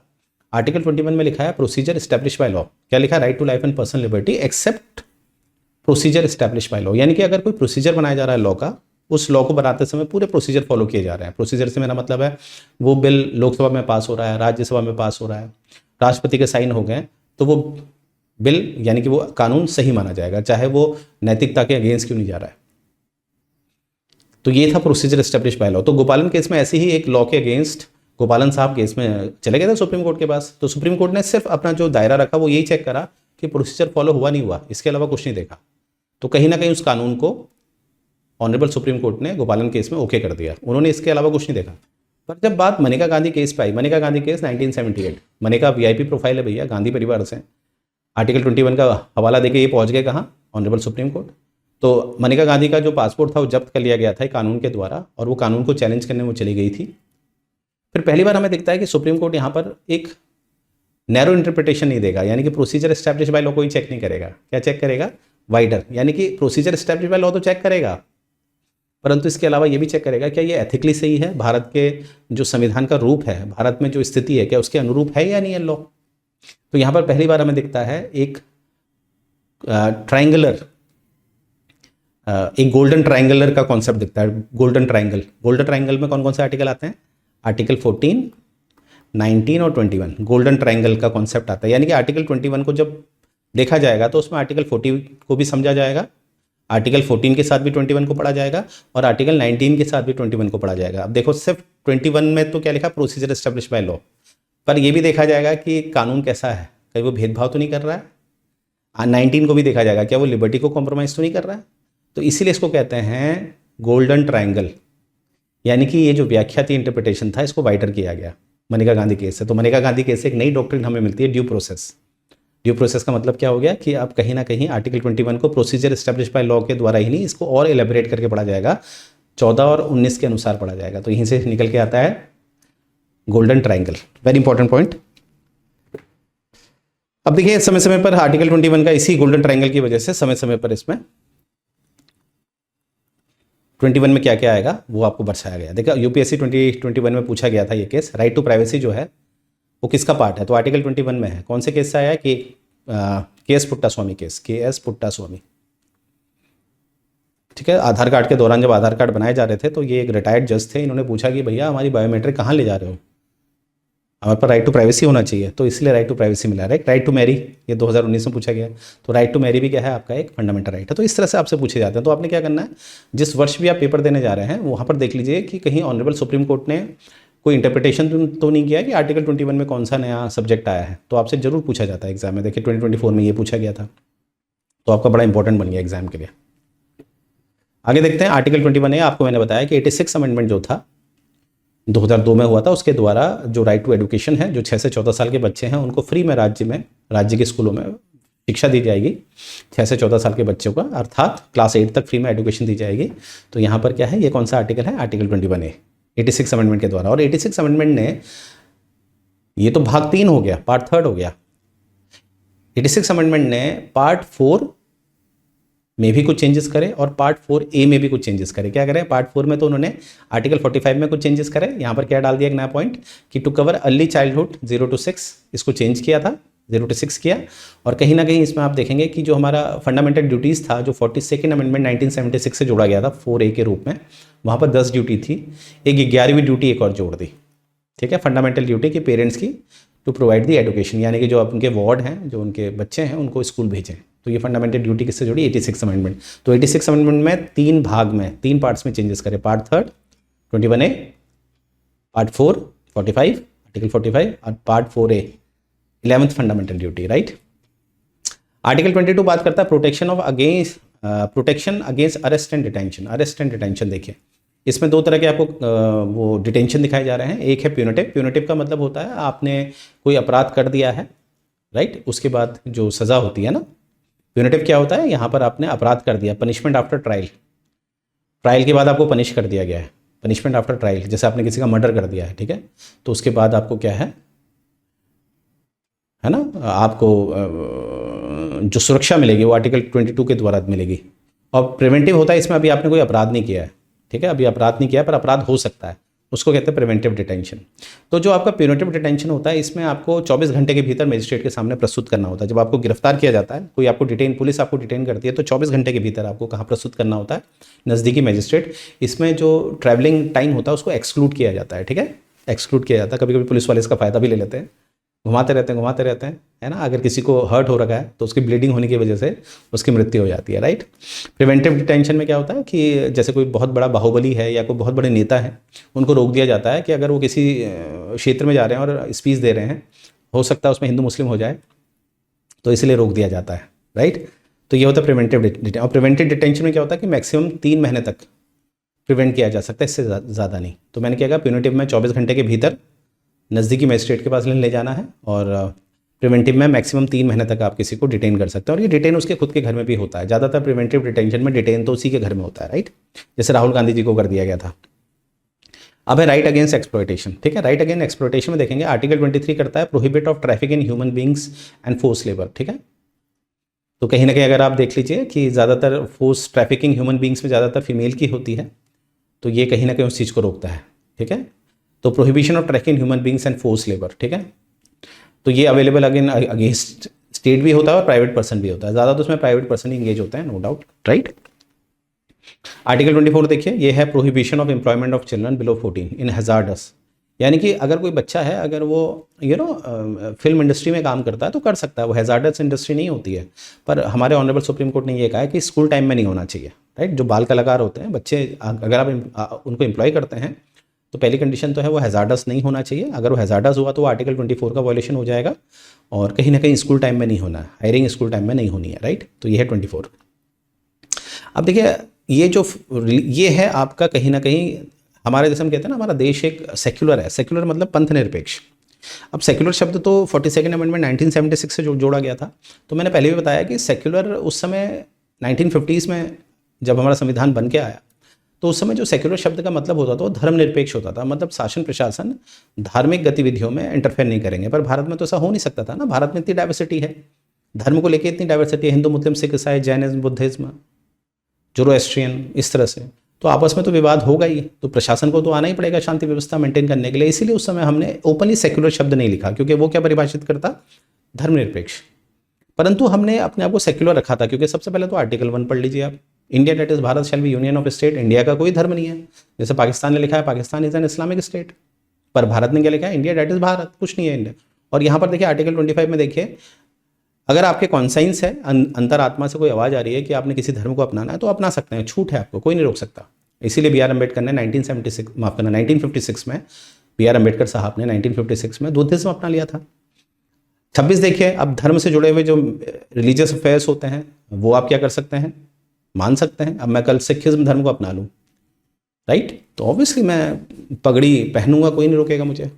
हालांकि व्यक्तिगत तौर पे तो मैं दोनों धर्म को एक ही मानता हूँ, हिंदुज़्म और सिखिज्म, क्योंकि महाराजा हरि सिंह के झंडे पे आप देखेंगे तो माता का, दुर्गा माता का वो दिखता है पिक्चर, राइट, देखिएगा महाराजा हरि सिंह के झंडे पे। और आर्टिकल 27 देखिए, आर्टिकल 27 में क्या है कि किसी भी तरह से धर्म के नाम पे आपसे टैक्स नहीं लिया जाएगा। राज्य की जिम्मेदारी है कि धर्म के नाम पे आप टैक्स लेंगे किसी पर्टिकुलर धर्म को बढ़ाने के लिए, ठीक है, क्योंकि राज्य का तो कोई धर्म नहीं है, तो धर्म के नाम पे कोई टैक्स नहीं आएगा, ठीक है। अब फीस लेना अलग बात होती है, जो आपको जब आप वैष्णो देवी जाते हैं, बड़े बड़े मंदिर जाते हैं, तो वहाँ पर आपसे जो फीस ली जाती है वो इंटरनल मैनेजमेंट के लिए ली जाती है। कोई व्यक्ति आपके लिए काम कर रहा है, सेवा दे रहा है, तो उसके लिए फीस तो बनती है ना, तो फीस अलग होता है, टैक्स अलग होता है। और आर्टिकल 28 है कि किसी भी रिलीजियस इंस्ट्रक्शन की कोई भी जगह नहीं होती है स्टेट फंडेड एजुकेशनल इंस्टीट्यूशंस में। हालांकि इन एजुकेशनल इंस्टीट्यूशन को 4 में डिवाइड कर रखा है, डोंट वरी, जब आपको मेंस पढ़ाया जाएगा तो सारा पढ़ाया जाएगा, परंतु इतना याद रखिएगा, जैसे कोई आप सरकारी विद्यालय में जा रहे हैं तो वहाँ पर किसी भी तरह से आपको रिलीजियस इंस्ट्रक्शंस नहीं दिखाई देंगे, राइट।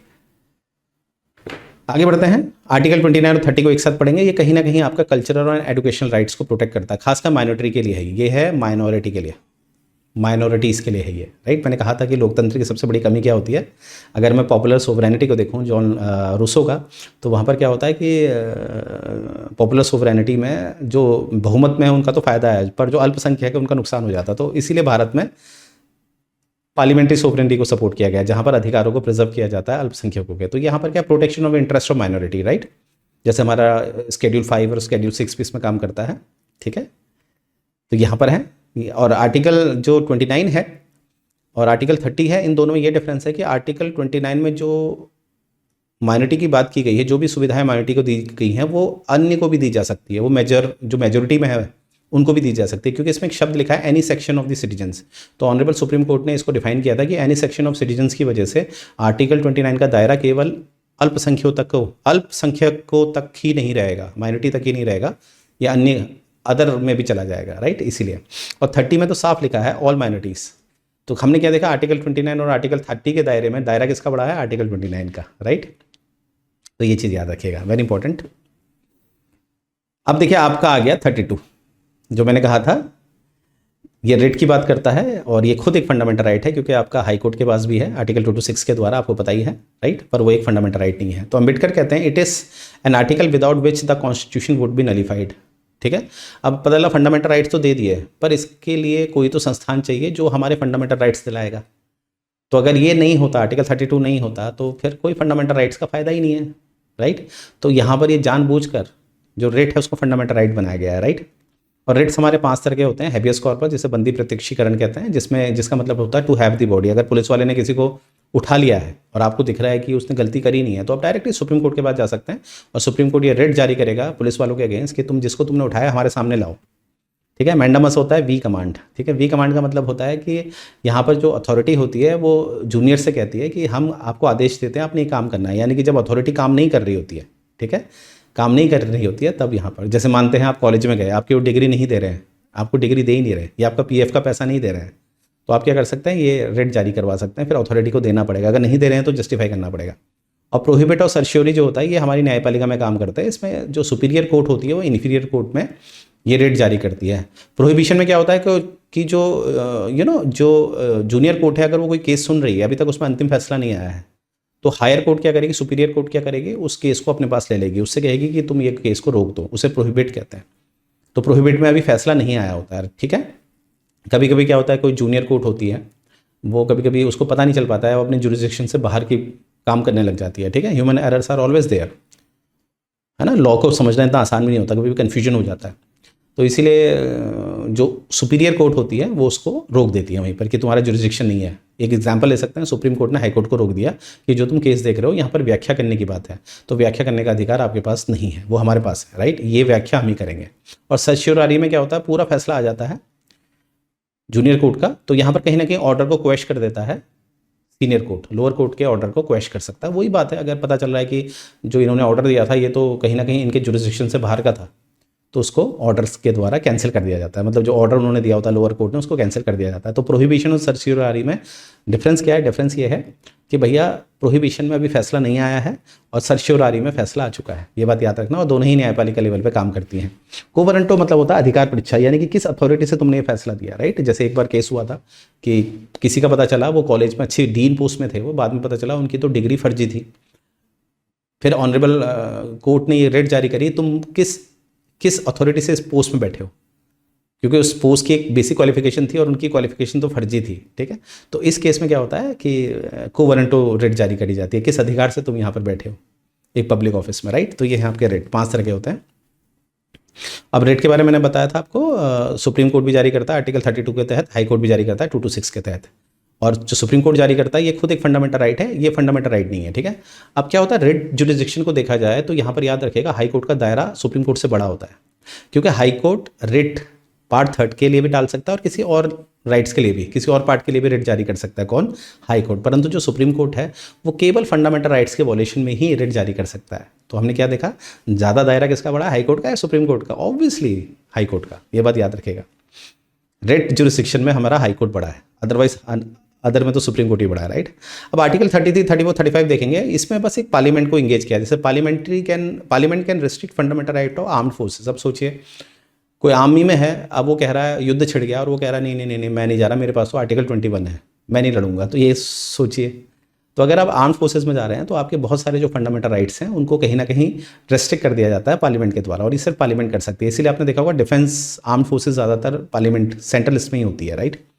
आर्टिकल 34 में क्या होता है, मार्शल लॉ अगर किसी एरिया में लग जाता है, मैंने आपको बताया भी था, मार्शल लॉ अगर किसी एरिया में लग जाता है तो वहाँ पर जो भी तबाही मिलिट्री करती है उसको इंडेमनीफाई करती है सरकारें, ठीक है। जैसे किसी को मार दिया, कुछ कर दिया, तो वहाँ पर जो जिसको मारेगा, जैसे आर्मी वाले मार के चले गए ना, तो उनको किसी तरह की सज़ा नहीं होगी, उसको इंडेमनीफाई कौन करेगा, पार्लियामेंट, मतलब पार्लियामेंट उसको बचाएगी जहाँ पर मार्शल लॉ लग गया, ठीक है। तो मार्शल लॉ में क्या होता है, आर्टिकल 21 भी कहीं ना कहीं कॉम्प्रोमाइज़ हो जाता है, ये बात याद रखेगा। हालांकि इसको कहीं लिखा नहीं गया है पर ये रियलिटी है, प्रैक्टिकल कभी कभी कुछ और होता है, थ्योरी कुछ और होती है, राइट। और आर्टिकल 35 क्या है, only parliament can make law in certain fundamental rights. देखिए सिंपल सी बात है, फंडामेंटल राइट्स में अगर कोई भी चेंजेस करना है तो वो केवल पार्लियामेंट कर सकती है, राज्य की जो विधानसभाएं होती हैं वो नहीं कर सकती, क्योंकि फंडामेंटल राइट्स में यूनिफॉर्मिटी होती है। वो अधिकार जो यूनिफॉर्मिटी होती है, जैसे राइट टू लाइफ, अब राइट टू लाइफ तो हर जगह चाहिए नहीं चाहिए, राइट। तो ये चीज़ याद रखेगा। अब ये मैंने ऑलरेडी बढ़ा दिया था आपको, 31A saving law for acquisition of 31B। जैसे 31A क्या था, 31A लाया गया था जमींदारी को ख़त्म करने के लिए, ज़मींदारी को ख़त्म, जो एक्सेस लैंड है किसी के पास तो वो लैंड किसको दे दी जाए, वो लैंड किसी अन्य को दे दी जाए, वो है 31A। 31B क्या था आपका, जिसमें 9th शेड्यूल को जोड़ा गया कि कोई भी लॉ बनाया जाएगा उसका जुडिशियल रिव्यू नहीं होगा, आर्टिकल 13 को चैलेंज करने के लिए, ठीक। और 31C क्या था, मैंने बताया था 31C, 39B और 39B और 39C जो है आपके DPSP में, जो कहीं ना कहीं पूंजीवाद को ख़त्म करने के लिए, कम करने के लिए और समाजवाद को बढ़ाने के लिए नियम थे, जो आर्टिकल 14 और 19 को बाईपास कर सकते थे, वो था 31C। तो 31C समझ गए होंगे आप ये चीज़, ठीक है। अब याद रखिएगा, जो आपका ये 9th शेड्यूल जोड़ा गया था, जो मैंने कहा था कि इसका जुडिशियल रिव्यू नहीं होगा, परंतु यहाँ पर IIR कोल्ह्यू केस 2007 में इसमें साफ कहा गया था सुप्रीम कोर्ट के द्वारा कि अगर आप 9th शेड्यूल में भी कानून जो लॉज डालेंगे उसका भी जुडिशियल रिव्यू होगा। और कब से होगा, 24 अप्रैल या उसके बाद से जो भी आपने लॉ 9th शेड्यूल में डाले हैं तो उनका जुडिशियल रिव्यू होगा। IIR कोल्ह्यू केस 2007 याद रखिएगा। अब देखिए कुछ राइट्स हैं आउटसाइड पार्ट 3, कुछ राइट्स हैं हमारे, जैसे 265 में no tax except by authority of law, 300A में जो प्रॉपर्टी वाला है, 301 में फ्री ट्रेड कॉमर्स, ये सारे राइट हैं हमारे, राइट टू वोट, ठीक है। आर्टिकल 326 में क्या है, राइट टू वोट। तो ये सब आपके जो राइट्स हैं वो आउटसाइड द पार्ट 3 हैं, पर फंडामेंटल राइट्स नहीं है। पर राइट्स देखिए हमारे संविधान में फंडामेंटल राइट्स के अलावा भी होते हैं, अदर पार्ट में भी होते हैं, पर वो सिर्फ राइट्स होते हैं, फंडामेंटल राइट्स नहीं होते, राइट। यानी कि ये ना जस्टिसेबल होते हैं, ठीक है, जस्टिसेबल नहीं होते। अगर आपके राइट्स नहीं दिए जा रहे हैं आपको तो you have no availability directly go to supreme court. Supreme court आप नहीं जा सकते डायरेक्टली, केवल फंडामेंटल राइट्स के वॉलेशन में जा सकते हैं। आगे है connection to UDHR, principle of fundamental right, DPSP and the preamble reflect the universal declaration of human. देखिए universal declaration of human rights जो हैं ये 10 दिसंबर 1948 को जनरल असेंबली द्वारा किया गया है ना। जनरल असेंबली आपको पता ही है, UN बनाया गया था 1945 में, तो जनरल असेंबली में ये घोषणा की गई, डिक्लेरेशन किया गया 10 दिसंबर 1948 को कि सभी देशों ने अपने अपने स्तर पे इन अधिकारों को प्रोटेक्ट करना है, ठीक है। तो हमारे वहाँ जैसे कुछ अधिकारों की उन्होंने लिस्ट दी थी, तो उसी हिसाब से अगर देखें वी आर वेरी लकी कि हमारा ऑलरेडी हमने वो अधिकार दे रखे थे। कुछ हमारे फंडामेंटल राइट्स में मिले हैं, कुछ DPSP में मिले हैं और कुछ प्रेम्बल में मिले हैं। तो हमने पहले ही, क्योंकि हम लोग एक वेलफेयर स्टेट की तरफ आए थे ना, हमारा संविधान जो बन रहा था वो वेलफेयर स्टेट के लिए बन रहा था, पुलिस स्टेट नहीं बन रहा था। पुलिस स्टेट में क्या होता है, एग्जीक्यूटिव बहुत पावरफुल होते हैं। वेलफेयर स्टेट क्या होता है, जहाँ पर लोगों के अधिकारों को सुरक्षित किया जाता है, लोगों के विकास के लिए काम किया जाता है। तो वी आर वेरी लकी, हमारा पहले से ही हमने बना रखा था और ऑटोमेटिकली वो 10 दिसंबर 1948 को जब आया, देखो संविधान हमारा क्या बना, 1946 से 1949 तक हमारा संविधान बना और ये डिक्लेरेशन हुआ। तो वी आर वेरी लकी कि हमने पहले ही जो हमारा प्लानिंग थी ऑब्जेक्टिव रेजोल्यूशन के द्वारा, जो नेहरू जी ने प्रस्तुत की थी, वो मैच कर गई, तो हमें ज़्यादा एफर्ट नहीं करने पड़े। तो आज हमें वो फंडामेंटल राइट, DPSP और प्रेम्बल है, वो हमारा मैच करता है, अलाइन करता है किससे, UN declaration for human rights, जो कब आया 10 दिसंबर 1948 को। अब देखिए क्रिटिसिज्म होता है हमारे फंडामेंटल राइट्स का, जैसे एक्सेसिव लिमिटेशन बहुत ज़्यादा है। अब ज़रूरी भी है क्योंकि हमारे में डाइवर्सिटी है, लिमिटेशन बहुत ज़्यादा है। No social and economic rights, हमारे ज़्यादातर सोशल और इकोनॉमिक राइट्स जो हैं फंडामेंटल राइट्स के रूप में नहीं है, वो DPSP के रूप में है। तो DPSP जो है वो जस्टिसेबल नहीं होते हैं, वो हम नेक्स्ट चैप्टर में देखेंगे। पर हमारे जो फंडामेंटल राइट्स में होते हैं वो पॉलिटिकल राइट्स होते हैं। बिल्कुल सही बात है, जस्ट सोशल और इकोनॉमिक राइट्स नहीं है हमारे। नो परमानेंसी राइट, जैसे कि मैंने बताया था कि राइट टू प्रॉपर्टी को देखना, पहले वो फंडामेंटल राइट था, अब नहीं है। राइट टू एजुकेशन जो पहले फंडामेंटल राइट नहीं है अब है, तो परमानेंसी तो नहीं है। सस्पेंशन ड्यूरिंग इमरजेंसी, बिल्कुल ये बात सही है। हालांकि फिर 44वें संशोधन में ये कहा गया कि 20 और 21 कभी सस्पेंड नहीं होगा। नो कंसिस्टेंट फिलॉसफी, यानी कि जो भी हमारे फंडामेंटल राइट्स होते हैं उसमें कोई कंसिस्टेंट फिलॉसफी नहीं है। जैसे मैंने अभी बताया ना आपको, मनेका गांधी केस आर्टिकल 21 के लिए, आर्टिकल 21 के लिए जब संविधान सभा ने आर्टिकल 21 को जोड़ा था प्रोसीजर एस्टैब्लिश बाय लॉ से, पर मनेका गांधी केस 1978 से इसमें डॉक्ट्रिन चेंज की गई, ड्यू प्रोसेस लाया गया। ड्यू प्रोसेस मतलब जहां पर मैंने आपको बताया था गोल्डन ट्रायंगल आया 14, 19, 21। पर ये देखिए, ये जो आलोचना की जा रही है गलत है, क्योंकि समाज जब परिवर्तनशील है तो ऑब्वियसली सिद्धांत तो परिवर्तित होने चाहिए ना, वरना तो जटिलता लाएंगे। तो आपने देखा होगा किस तरह से आपको किस लेवल का पढ़ाया जा रहा है, तो इससे ऊपर नहीं आता कुछ, as per my experience right. इतना अगर आप निपुण हो जाते हैं, एक्सपर्ट हो जाते हैं, तो इससे ऊपर कुछ नहीं है। तो आइए बढ़ते हैं आगे। अब देखिए, आप, मुझे उम्मीद है आपको हमारा पढ़ाया हुआ जो ये डेटा है वो आपको पसंद आ रहा होगा। तो इस तरह से देखिए, सामने आपको दिख रहा होगा कि इस तरह से आपकी भी फोटो चाहिए, जिससे कि भविष्य के लिए आप उदाहरण बने। और ये कुछ कॉम्प्लीमेंट हैं हमें दिए जाते हैं राइट। आप कोर्स है सर, ये कोर्स कितने का पड़ेगा? तो यहाँ पर देखिए, अगर मैं प्रीलिम्स की बात करूँ तो ये आपको पड़ेगा premium lecture plus test series plus study material आपको दिया जाएगा, जो मात्र 4,999 का आपको पड़ेगा, जिसमें 50% डिस्काउंट है। और अगर सिर्फ टेस्ट सीरीज की बात की जाए, जिन्होंने ऑलरेडी तैयारी करी है, तो ये मात्र आपको 1,499 का पड़ेगा राइट। अब देखिए यहाँ पर है कि सर अब मेंस का भी क्या है। यहाँ पर देखिए कंप्लीट पैकेज आपको दिया जा रहा है, इसमें प्रीलिम्स है, मेंस है राइट। अब तो आपको जान के खुशी होगी, ऑप्शन तो है नहीं आपका राइट। तो ये पूरा कोर्स कितने का पड़ेगा आपको? ये मात्र आपको 14,999 का पड़ेगा राइट, मात्र 14,999 का। पहले ये 30,000 का चलता था, अब स्पेशल ऑफर दिया जा रहा है क्योंकि एग्जाम नज़दीक है डेफिनेटली। तो ये मात्र आपको पड़ेगा 14,999 का। इसमें प्री मेंस सब कुछ तैयार करवाया जाएगा, आपका इंटरव्यू ऑल्सो राइट। तो देखिए, एंड करने से पहले, ये हमारा एक डेडिकेटेड चैनल है HCS के लिए, टेलीग्राम चैनल GC_HCS। इसमें आपने लॉगिन करना है, सब्सक्राइब करना है और अपनी तैयारी को बेहतर बनाना है।